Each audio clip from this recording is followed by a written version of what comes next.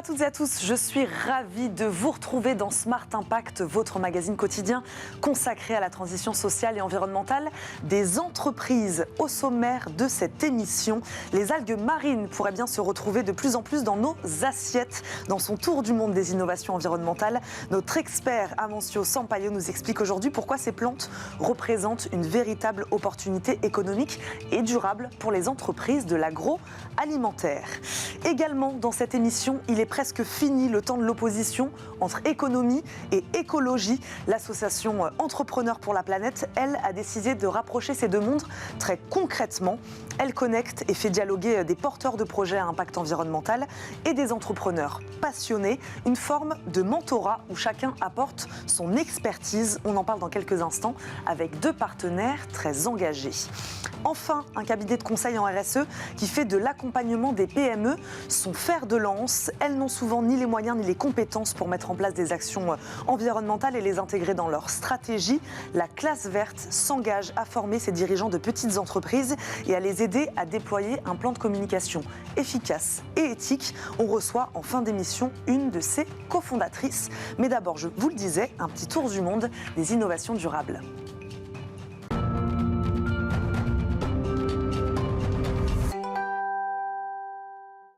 Bonjour Amancio Sampaio, comment allez-vous ? Très bien, bonjour. Merci beaucoup d'être avec nous aujourd'hui dans Smart Impact. Comme tous les mois, vous êtes, je le rappelle, ancien PDG dans le secteur de la consommation et consultant en stratégie d'entreprise. Vous êtes avec nous pour une nouvelle étape de votre tour du monde. C'est comme ça qu'on a appelé ce rendez-vous. Chaque mois, vous nous parlez des innovations qui bouleversent nos manières de consommer. Et aujourd'hui, vous nous dites que les algues pourraient bien s'imposer comme l'aliment du futur, je crois.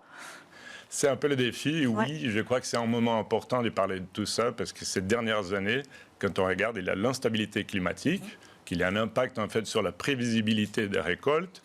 En plus de ça, récemment, nous avons la disruption des chaînes d'approvisionnement. Donc ça mène vraiment les sujets de dire quelle sera l'alimentation du futur pour avoir en fait pouvoir assurer, disons, la sécurité alimentaire et en plus de ça, d'une façon raisonnable pour la planète. Et c'est là où les algues peuvent jouer vraiment un rôle essentiel pour contribuer à nourrir la population de la planète qui continue d'augmenter. Et quelles sont ses propriétés, alors ses vertus à ces fameuses algues ? C'est vrai qu'il y a plusieurs alternatives aujourd'hui qui sont évaluées pour la nourriture du futur, mais les algues, elles ont vraiment beaucoup d'atouts. Déjà, pour commencer, en fait, elles sont très riches en protéines, vitamines, d'autres nutriments, comme par exemple l'oméga 3 et des minéraux. En plus, elles peuvent pousser un peu partout. En fait, à l'intérieur, à l'extérieur, dans l'eau salée, dans l'eau douce. Donc, elle n'est pas en concurrence avec les terrains agricoles qui sont déjà surutilisés. Et en plus de ça, elle a un impact carbone qui est beaucoup moins élevé, en fait, que n'importe quelle culture agricole. Et c'est pour ça que nous commençons à voir de plus en plus d'innovations pour utiliser des microalgues comme un ingrédient pour l'industrie alimentaire. Et bien justement, Amancio, est-ce que vous avez des exemples concrets d'utilisation d'algues par ces entreprises du secteur de l'agroalimentaire ? Oui, je crois que je peux mentionner un exemple américain d'une entreprise qui est en train de produire de la viande végétale. C'est aussi déjà un secteur en soi émergent et prometteur pour le futur.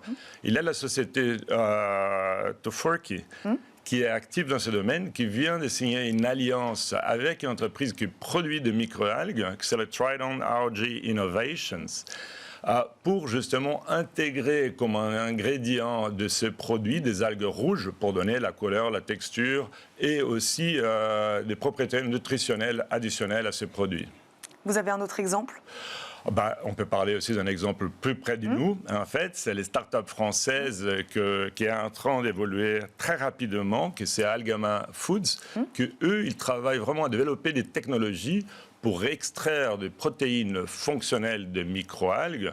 Par exemple, ils ont un produit qui peut remplacer les œufs dans les recettes. Donc, ils travaillent en collaboration avec l'industrie alimentaire pour trouver des alternatives aux protéines animales. Comment ça marche ? Expliquez-nous exactement, Amancio. Ça veut dire la production. Je peux mentionner, je crois que c'est intéressant de passer aussi sur l'impact écologique qu'on puisse avoir. Là, j'utilise un autre exemple d'une entreprise américaine, Iwi, qui est installée dans l'État du Nouveau-Mexique, que eux, ils vont utiliser des ressources naturelles qui, d'autre part, seraient totalement gaspillées. Ça veut dire les déserts, l'eau salée, le soleil et les CO2. Donc ils travaillent avec des étangs à ciel ouvert au lieu d'utiliser des bioréacteurs. Et toute la production, ils ont choisi une variante qui a composé 40% des protéines et qui n'a pas une odeur caractéristique, ni un goût caractéristique, donc qui peut être utilisé vraiment dans une large échelle et palette des utilisations dans l'industrie alimentaire. Comment vous avez trouvé cet exemple-là, très précis ? Ben voilà, en fait, c'était parmi des discussions avec des entrepreneurs dans les secteurs de l'impact qu'on commence à pouvoir identifier des idées de comment, en fait, faire la disruption pour les futurs. Et là, j'ai trouvé vraiment très, très intéressant la notion d'utilisation des ressources. Oui. En fait, qu'on va utiliser des ressources qui ne sont pas en compétition avec d'autres, qui sont abondants et qui peuvent vraiment contribuer à une production stable, en fait, d'alternatives qui collaborent justement pour la nutrition, mais aussi avec un impact moindre sur l'environnement. Quel défi reste-t-il à surmonter tout de même encore aujourd'hui dans la culture de ces algues ? Ben voilà, je crois que les microalgues, elles ont vraiment un futur prometteur, mais il y a encore des défis à surmonter pour qu'il y ait vraiment une présence à large échelle. Tout d'abord, quand on parle des microalgues, il y a des milliers de variantes et il y a juste un petit nombre qui sont déjà autorisés à l'utilisation alimentaire. Bien sûr, pour avoir la sécurité alimentaire, les cadres réglementaires sont assez stricts. Par exemple, la directrice européenne pour les nouveaux aliments. Ensuite aussi, pour chaque nouvelle recette, il faut être sûr que les caractéristiques initiales de ce microalgue ou de cet ingrédient vont être tenues jusqu'au moment où ils sont prêts à la consommation, parce que le produit va passer pour des étapes de transformation avec des différentes températures. Ensuite, il y a la question de l'apprentissage pour arriver à la production à large échelle, parce qu'il faut arriver à produire de la quantité, mais encore avec la quantité, avec la sécurité alimentaire et en plus de ça, de la productivité pour être compétitive avec les protéines animales. Pour finir, il y a aussi faire évoluer la perception des consommateurs. Et ça, c'est très important, parce que d'abord, il faut déjà surmonter des préjugés qui puissent exister, dans le sens où les gens peuvent se dire, s'il y a des microalgues, peut-être il y aura une odeur d'étang. Ce n'est pas le cas. Et en plus de ça aussi, de comprendre le bienfait d'intégrer des microalgues pour une meilleure diète et encore qui est positive pour la planète. Est-ce qu'il y a des régions du monde où on est plus avancé sur ce sujet-là ? Je crois qu'autour du monde, nous voyons de l'innovation qui arrive partout. C'est comme je vous ai mentionné, les exemples américains. Il y a l'exemple maintenant français, que je disais, d'Algama. Je trouve, si vous me permettez aussi, c'est intéressant de mentionner aussi les microalgues qui sont utilisées pas nécessairement pour l'industrie alimentaire, mais pour son impact environnemental. Et là, je peux mentionner une start-up britannique qui vient en fait de changer et arriver à une nouvelle étape de production avec une ferme d'environ 30 hectares dans les déserts de Sahara au Maroc. Et là, son business, c'est la capture de carbone. C'est qu'ils font. Les microalgues font ça aussi. Elles sont capables de capter le carbone. Ben voilà. C'est-à-dire, cette utilisation, c'est intéressant. Et je vais expliquer comment ça fonctionne. Parce que dans ces cas aussi, il s'agit d'utiliser des ressources qui ne sont pas exploitées autrement. Les déserts, l'eau de la mer, les soleils, les CO2, la même conclusion que j'avais dit tout à l'heure aux US. Mais dans ces cas-là, ils ont choisi une variante et un processus qui, selon leur analyse, peut capturer à surface identique jusqu'à 30 fois plus que la forêt tropicale. Donc c'est là où on voit déjà le potentiel. Et comment ça marche? C'est-à-dire, une fois que la biomasse de microalgues est collectée, séchée, ils vont l'infuir dans les desserts. Là, c'est déjà aussi un des grands défis qu'ils vont avoir, c'est d'être sûr que le carbone qui est capturé dans cette biomasse, il reste stable et capturé pendant longtemps. Leur modèle de négoce, c'est de vendre les crédits des carbones et économiquement, ils sont plus avantageux que toutes les autres technologies existantes de capture de carbone aérien. Et en plus de ça, ils peuvent faire les scaling up, c'est-à-dire ils peuvent transposer ces modèles partout dans le monde avec des conditions similaires. Et là, on compte sur cet écosystème de start-up, donc, qui sont là justement pour aller chercher ces vertus, les extraire et en profiter. Voilà, c'est ça où les mondes des startups, des venture capital, mais aussi, c'est là où c'est très important aussi d'avoir la collaboration publique-privée avec l'évolution des cadres réglementaires pour considérer d'une façon sûre que la sécurité alimentaire soit préservée, mais l'évolution de la nourriture avec un moindre impact, parce que justement, nous parlons d'une continuité de la croissance de la population planétaire. Donc, on doit trouver de nouvelles solutions qui ont un impact positif. Et les micro-algues pourraient en être une. Merci beaucoup à Amancio Sampaio d'être venu nous voir dans Smart Impact aujourd'hui. Je rappelle, vous êtes consultant en stratégie d'entreprise. Merci beaucoup d'avoir été avec nous. Merci à vous de nous avoir suivis. Tout de suite, c'est l'heure du débat.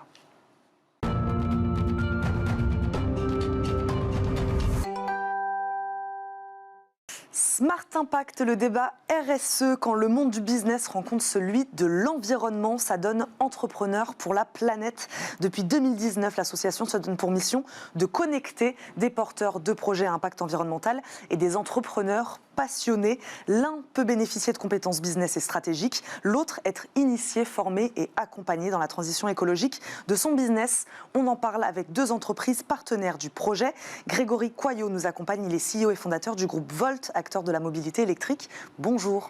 Bonjour. Bienvenue sur notre plateau, merci beaucoup d'être avec nous. Sabine Andria nous accompagne également, fondatrice de Green Dose, start-up qui réinvente la consommation de légumes. Bonjour. Bonjour. Bienvenue sur notre plateau. Et bien justement, je vais commencer par vous. J'aimerais savoir comment on réinvente et révolutionne la consommation de légumes. Ça m'intéresse, puisque c'est votre positionnement chez Green Dose. Et ben nous, tout simplement, on essaye de s'affranchir des principales contraintes qui pèsent sur la consommation des légumes. Les principales contraintes, c'est que souvent, c'est très compliqué à cuisiner, que c'est pas toujours très bon. Donc nous, du coup, on a décidé de réinventer tout ça. On métamorphose un peu les légumes en l'intégrant dans les produits les plus gourmands du quotidien, des cookies, des biscuits, des crêpes, des pancakes, du pain. Tout devient du coup naturellement coloré, sain et surtout très gourmand. Donc c'est une plateforme sur laquelle on peut acheter ces produits-là ou sur laquelle vous donnez même aussi des tips, des recettes, des choses comme ça pour les citoyens français. Alors, Green Dose, c'est une marque qui produit des produits, des produits alimentaires. Et donc, nous, du coup, on les met à disposition du public dans des points de vente, de la grande distribution, des magasins bio, de l'épicerie fine. Merci beaucoup. Comment chacune de vos organisations a-t-elle rencontré l'association Entrepreneurs pour la planète ? Peut-être Grégory Coyot, expliquez-nous. Alors moi, c'est venu assez naturellement parce que j'étais dans une démarche de comment je pouvais avoir un impact à mon niveau et avec mon niveau de compétence. Et donc, j'ai mis à peu près 2 ans pour trouver la bonne plateforme, en fait. Et j'ai eu un petit coup de téléphone d'une personne que j'avais rencontrée il y a une petite dizaine d'années, Henri-Pierre de Wulf, et alors qui ne m'a pas convaincu du tout, mais qui m'a dit, voilà... j'ai une association, c'est celle-ci, et voilà ce qu'on fait. Est-ce que ça te plairait d'y participer ? Et tout naturellement, je lui ai dit oui. Voilà. Est-ce que ce qui vous a convaincu, puisque c'est un peu le mot d'ordre aussi de l'association, le chef d'entreprise comme fer de lance de la transition écologique, est-ce que c'est ça aussi qui a peut-être fait tilt ? Oui, parce que de toute façon, en tant que chef d'entreprise, il y a un moment donné, on ne sait pas comment agir vraiment de manière concrète. Et donc, c'était la question que je me suis posée, comment j'allais pouvoir procéder à pouvoir avoir un impact, moi, sur la planète ou sur le bien-être des gens en règle générale. Et donc, la mise sur cette plateforme, c'est la rencontre de plusieurs entrepreneurs ou chefs d'entreprise ou dirigeants avec des startups qui ont justement un impact à ce niveau-là. Donc, notre rôle aujourd'hui, et il faut qu'on soit le plus possible, c'est d'accompagner ces jeunes pousses pour en faire en tout cas qu'elles aient le maximum de chances de pouvoir émerger sur un marché et faire du bien à notre planète. On va rentrer dans le détail évidemment de cet accompagnement, de ce mentorat, de cet échange donnant-donnant. Vous, comment vous avez rencontré l'organisation Entrepreneurs pour la planète chez Green Dose ? Nous, on a été aussi contactés par l'association qui cherche forcément à grandir le plus possible pour avoir un maximum d'impact. Et donc voilà, on a dû quand même prouver à l'association qu'on avait un vrai projet à impact. Nous, du coup, chez Green Dose, on valorise quand même des produits agricoles déclassés, on favorise l'alimentation bio et durable, qui préserve les écosystèmes. Donc, il a fallu quand même être sélectionné et approuvé. On est ravis parce qu'aujourd'hui, il y a plein de structures qui accompagnent les entreprises aujourd'hui, mais c'est fondamental de partager les mêmes valeurs, que ce soit avec l'association ou même avec mon mentor, puisque du coup, si on ne partage pas la même vision, on avance beaucoup moins bien. Sur cet aspect justement chef d'entreprise, est-ce que selon vous, Grégory Coyot, peut-être qu'il manque de clés lui aussi à un moment, le chef d'entreprise, ce businessman, pour accélérer sa transition écologique ? Des fois, il manque d'outils, de clés. Oui, il manque d'outils. Alors, il il faut quand même, voilà, l'accompagnement n'est pas, on ne prend pas une décision à la place du chef d'entreprise. Hein. C'est Sabine, chef d'entreprise, qui prend les décisions. Donc nous, on fait en sorte de lui donner, enfin en tout cas, je lui donne certaines clés, mon expérience, un partage des différentes assets de son métier et de ce que j'ai connu moi par rapport à mon expérience et mon vécu, pour pouvoir justement lui donner quelques outils, alors pas tous les outils, mais quelques outils pour que Sabine puisse derrière s'exprimer de manière beaucoup plus pérenne sur ce marché. Grégory Coyon, on n'en a pas parlé dans la commercialisation, de quel type de véhicule électrique vous êtes spécialisé chez Volt? Alors, nous, on est distributeurs spécialisés dans la micromobilité. Ouais. Donc, micromobilité, c'est 1 roue, 2 roues, 3 roues en électrique. Donc, je vends des professionnels et je couvre un segment de 0 à 30 km. Donc, 0 à 30 km, c'est la distance moyenne qui sépare les banlieues un peu lointaines du centre-ville dans les 45 plus grandes ZFE. Donc, c'est des gyroroues, c'est des trottinettes électriques, c'est des vélos électriques, c'est des cargos électriques, scooters électriques ou motos électriques. Voilà. Et de par cette activité, vous vous considériez peut-être déjà comme un entrepreneur engagé, de par votre activité? J'essaye en tout cas d'apporter, en tout cas de faire émerger ce type de véhicule, parce que pour nos villes, c'est toujours un plus. Et donc j'essaye d'évangéliser l'utilisation de ce type de véhicule pour que nos villes soient un peu moins polluées. Sabine Andria, alors expliquez-nous concrètement comment marche cet échange entre mentors, puisqu'on peut dire que peut-être des deux côtés, on est mentors, puisque chacun amène son expertise aussi à un projet. Voilà, expliquez-nous comment ça s'est concrétisé véritablement pour vous, pour Greendoze. Concrètement, ça se traduit par un coaching. Hein. En fait, il y a 2 aspects très importants, moi en tout cas, ce qui me concerne. Le premier, c'est le côté de la solitude de l'entrepreneur. On en parle souvent aujourd'hui, ça a été souvent mis sous le tapis. Maintenant, c'est quelque chose qui est de nouveau admis. Et donc voilà, du coup, nous, on a des ascenseurs émotionnels tout au long de la journée, avec des hauts et des bas. Et aujourd'hui, rien de mieux qu'un entrepreneur qui a, lui aussi, Grégory, c'est son cas, a connu des gros succès et aussi des échecs. Et l'expérience de l'échec nous donne une ressource et une inspiration que personne d'autre, même nos papas, nos mamans, ne peuvent pas nous apporter. Et le second point aussi, c'est moi je suis nutritionniste, donc j'ai une formation très technique. Et moi, je peux très très facilement me perdre dans le zinc, les oméga 3, les fibres. Et du coup, c'est bien d'avoir quelqu'un qui nous refocus sur le côté business et commerce. Et ça, c'est une des qualités aussi indéniables de Grégory, c'est son mindset de conquête qui nous recadre instantanément sur des objectifs, parce qu'une entreprise, innover c'est bien, vendre ses innovations c'est mieux. Donc cadrer, accompagner, à quelle fréquence? Expliquez-nous comment ça marche cet échange-là. Entre 1 et 2 fois par mois, c'est pour moi, en tout cas, je pense aussi que chaque entrepreneur a son calendrier, a ses besoins. Il y a des gens, ça peut être toutes les semaines. Nous, 1 à 2 fois par mois, ça nous va très bien. Vous, quelle expertise vous pensiez pouvoir amener justement à un projet comme celui-là? L'objectif numéro 1 pour une entreprise, c'est vendre. Voilà, c'est ça que Sabine doit avoir en tête tous les jours.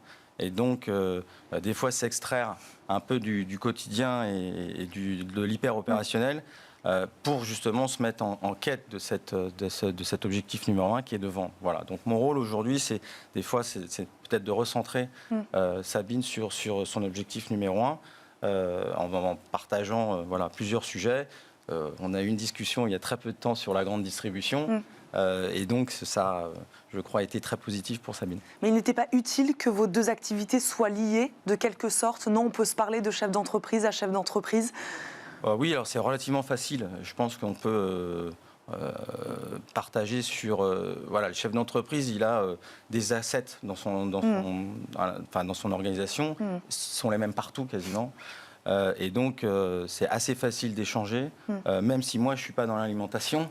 Je sais ce que c'est le commerce, je sais ce que c'est la distribution, je sais ce que c'est le digital. Comment faire une levée de fonds, c'est toutes les problématiques que Sabine aujourd'hui peut rencontrer. Sabine Andrea, oui, pas besoin d'être dans le même secteur. Pas besoin dans le même secteur, ça c'est sûr. Par contre, indispensable de partager une même vision. Ouais. Par exemple, moi je veux pas un mentor qui va me dire tu t'en fous, tu délocalises en Chine. Ça c'est pas possible. Donc du coup on a, en tout cas pour l'alimentation, nous on a besoin de relocaliser l'alimentation. Donc il faut qu'on partage quand même des valeurs d'avoir un impact positif sur notre environnement, en tout cas de le souhaiter. Et ça c'est vraiment indispensable. Donc effectivement pas le même secteur, mais par contre même vision des choses, ça c'est indispensable. Il y a cet ancrage dans le territoire aussi qui est très important, j'ai l'impression, d'entrepreneurs pour la planète, c'est-à-dire qu'on aime aider ou on aime être accompagné par des gens qui sont sur le même territoire ou plutôt au niveau local. Ça, vous l'avez ressenti aussi, Grégory Coyot? Oui, alors on a tous, je pense que Sabine a bien résumé, il faut avoir les mêmes valeurs. Voilà, donc si vous n'avez pas cette valeur-là, c'est difficile d'adhérer au projet global d'entrepreneurs pour la planète. Donc l'objectif dans cette association, c'est quand même d'aller pousser et d'aider des structures petites ou moyennes structures pour que derrière, il y ait un bienfait à un moment donné. Donc ce bienfait, il se résume souvent à du local. Voilà. Et donc, il faut quand même qu'on soit le maximum possible en tant qu'entrepreneur ou de chef d'entreprise à aider ces jeunes startups. Comment vous interagissez justement entre membres de cette communauté Entrepreneurs pour la planète? D'ailleurs, est-ce que vous en avez des échanges avec d'autres chefs d'entreprise? Alors, avec d'autres chefs d'entreprise, on essaye justement, parce qu'on est quand même au démarrage, et il y a plusieurs régions voilà, dans lesquelles donc vous avez la région Paris-Île-de-France, vous avez la région de Bretagne, vous avez la région Sud, et on essaye de fédérer. Donc Henri-Pierre Devulles, justement, est, on va dire, l'organisateur et le chef d'orchestre de cette organisation, et justement, il met en place un maximum d'outils, de rencontres, pour qu'on soit le plus possible d'entrepreneurs et le plus possible de candidats tels que Sabine. Sabine Andrea, qu'est-ce que vous avez appris à Grégory Coyot? Franchement, je ne sais pas si je c'est vraiment vrai que dans ce sens, je ne sais pas. Les légumes, la capacité de ce qu'un légume ou une légumineuse peut apporter à l'être humain, c'est très important. Non, mais c'est intéressant parce que j'imagine que vous aussi, vous avez apporté des choses, vous avez apporté une expertise, vous avez apporté un regard. Oui, nous, on en discutait aussi. Nous, on a, dans la mesure où on a des problématiques qui peuvent être communes, sur le management, sur les, tout un tas de problématiques de l'entrepreneuriat interne à l'entreprise. Forcément que quand on échange, on donne ses idées, ses points de vue, et peut-être que c'est inspirant. Enfin, c'est toujours inspirant d'avoir un autre point de vue. Donc, je ne sais pas lesquels en particulier, mais voilà, j'imagine qu'il y en a eu. Est-ce que quand on a un échange comme ça, qu'on participe à un projet à celui-là, on s'attend à un moment à un résultat concret? Donc, il y a des échanges, vous vous aidez mutuellement. Grégory Coyot, vous l'avez aidé sur des aspects très précis de la commercialisation de l'entreprise. Est-ce que vous attendez un résultat concret à un moment de vous dire, 6 mois d'échange avec le CEO et fondateur du groupe Volt, ça a donné ça, j'ai augmenté mes ventes de temps. Enfin, est-ce qu'on s'attend à un résultat concret aussi à un moment? Alors, est-ce que je m'y attends? Je ne sais pas. En tout cas, ce qui est sûr, c'est que j'ai eu on a eu un avant et un après. Voilà, on a eu un call la semaine dernière. Je suis ressortie complètement reboostée, et voilà, cette semaine, il se trouve qu'elle a été assez fructueuse sur le plan des affaires. Donc, est-ce que c'est lié? J'en sais rien. C'est toujours compliqué de mesurer l'impact de ce que de ce genre d'accompagnement. Est-ce que j'attends? Moi, franchement, je suis persuadée que il va y avoir quelque chose de très positif. Ouais. Il nous reste quelques petites secondes. Comment vous voyez évoluer dans ce projet Entrepreneurs pour la planète, Grégory Coyot? Moi, j'ai décidé de faire un step de plus. Donc, ça m'a été offert, cette possibilité m'a été offerte par Henri-Pierre Devulles pour prendre la coprésidence sur la région parisienne. Île-de-France. Et donc, c'est un point d'ancrage supplémentaire pour moi et en tout cas une motivation que j'ai. C'est venu naturellement parce que voilà, il faut qu'on rassemble le maximum d'acteurs autour de ce projet. Et donc, je vais mettre l'énergie suffisante et nécessaire pour qu'on puisse y arriver. Sabine Andrea? Sur moi, du coup, j'ai pas de vocation à avoir de rôle d'administration dans l'entreprise, dans l'association, pardon. Mais du coup, non, moi, par contre, je suis toujours ravie de participer. Enfin, il y a beaucoup de soirées qui sont organisées pour que les entrepreneurs se rencontrent. Donc, moi, je suis toujours ravie de prendre la parole et d'offrir des cookies à base de légumes dans ces soirées. Voilà. Merci beaucoup à tous les deux d'être venus aujourd'hui sur le plateau de Smart Impact, de nous avoir parlé de ce projet Entrepreneurs pour la planète, la manière dont vous vous y investissez. Grégory Coyot, je le rappelle, vous êtes CEO et fondateur du groupe Volt. Merci d'avoir été avec nous. Sabine Andrea, fondatrice de Green Dose. Merci beaucoup à tous les deux d'avoir été avec nous. Merci à vous de nous avoir suivis. C'est pas encore terminé. On termine par la bonne idée du jour.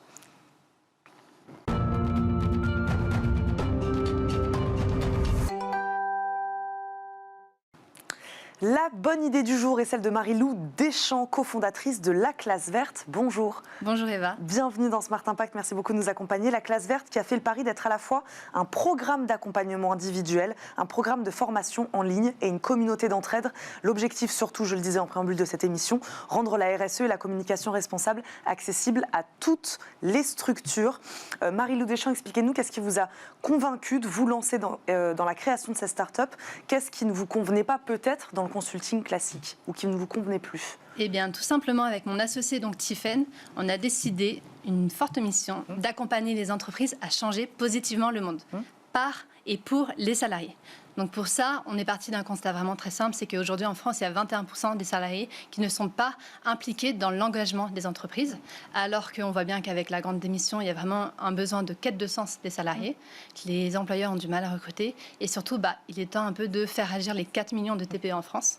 Et pour ça, on a créé vraiment une plateforme digitale accessible en communication et en RSE pour permettre aux entreprises de construire une stratégie responsable et de pouvoir animer les engagements avec les salariés. On va rentrer dans le détail évidemment de ce que vous proposez, notamment sur la partie formation qui est aussi très intéressante. Mais sur la partie communication, selon vous, les entreprises, elles ont encore du mal aujourd'hui à communiquer de la bonne manière sur leurs actions environnementales. Elles ne savent pas comment faire. Oui, tout à fait. Elles sont surtout les petites structures. Elles sont démunies et surtout quand elles essayent, souvent, elles peuvent être accusées de greenwashing. Ouais. Donc ça, on fait vraiment très attention. Justement, on les accompagne d'abord à mettre en place des engagements. Vraiment, dans la stratégie, on intervient en amont dans la stratégie. C'est important pour nous de d'abord les accompagner à faire et ensuite de dire. Mais c'est un manque de moyens, un manque de compétences, de connaissances. Voilà, un manque de moyens, de temps surtout pour se former. Les salariés n'ont pas le temps, de budget. Donc c'est pour ça que la Classe Verte, vraiment, on la veut accessible en termes de prix, mais surtout gamifiée, ludique, parce que les salariés n'ont pas le temps de se former, de prendre un programme de formation. Donc nous, on fait des contenus vraiment très courts, gamifiés, c'est-à-dire qu'on propose des sondages, des quiz, un espace de jeu, un espace de discussion, pour rendre ça vraiment plus sympa et accessible. Donc comment ça marche? Les chefs d'entreprise, les collaborateurs, les salariés peuvent avoir accès à ces contenus vidéo très dynamiques, très courts, très ludiques, pour se former à quoi? Expliquez-nous concrètement. Alors tout simplement, une entreprise se connecte, on l'aide à paramétrer son espace, parce qu'on veut vraiment que ça corresponde à son niveau de maturité. Et ensuite, tous les salariés disposent d'un accès sur la plateforme. Ils suivent un parcours gamifié en 4 étapes. La première étape, c'est tout simplement de comprendre et de prendre en main les enjeux sociaux et environnementaux, comme des thématiques sur le numérique responsable, la diversité, les enjeux du climat. Ensuite, on les aide à créer des idées. Donc, on met à disposition une boîte à idées. Et là, vraiment, tous les salariés de l'entreprise peuvent proposer, faire sortir leurs convictions. Donc, ça part de eux d'abord. Et ensuite, on les aide à mettre en place ces idées dans une stratégie. Donc ça, c'est la 3e étape du parcours. Et bien sûr, ensuite, on les aide à animer ces engagements. Dernière question, est-ce que vous diriez que ce sont ces formats-là qui vous différencient aujourd'hui des autres cabinets de conseil en RSE? Alors, nous, qui se multiplient, il faut le dire, ces dernières années. Mais après, on est aussi consultante. Ça fait 6 ans qu'on accompagne les TPE, PME sur ces sujets-là. Donc, on s'est rendu compte, en fait, de nos problèmes. C'est qu'on avait besoin d'être accessible et d'être vraiment accessible, compréhensible. Aussi, donc, c'est pour ça qu'on a prévu une plateforme comme une boîte à outils. On voit vraiment l'engagement comme une ascension. On ne part pas faire le Mont Blanc sans préparation, sans sac à dos, sans feuille de route. Donc nous, dans cette plateforme, le studio, c'est vraiment tous ces équipements-là. Et puis, surtout pour permettre aux entreprises de pouvoir se former et d'activer ces engagements-là. Merci beaucoup Marie-Lou Deschamps d'être venue sur notre plateau, de nous avoir présenté La Classe Verte. Je rappelle, vous êtes la cofondatrice. Merci beaucoup d'avoir été avec nous. Merci à vous de nous avoir suivis. On se retrouve très vite, bien sûr, sur Bismart. Mais vous retrouverez Thomas Hugues demain à la présentation de ce rendez-vous. Je vous dis à très bientôt et je vous souhaite à tous une très bonne journée. Salut!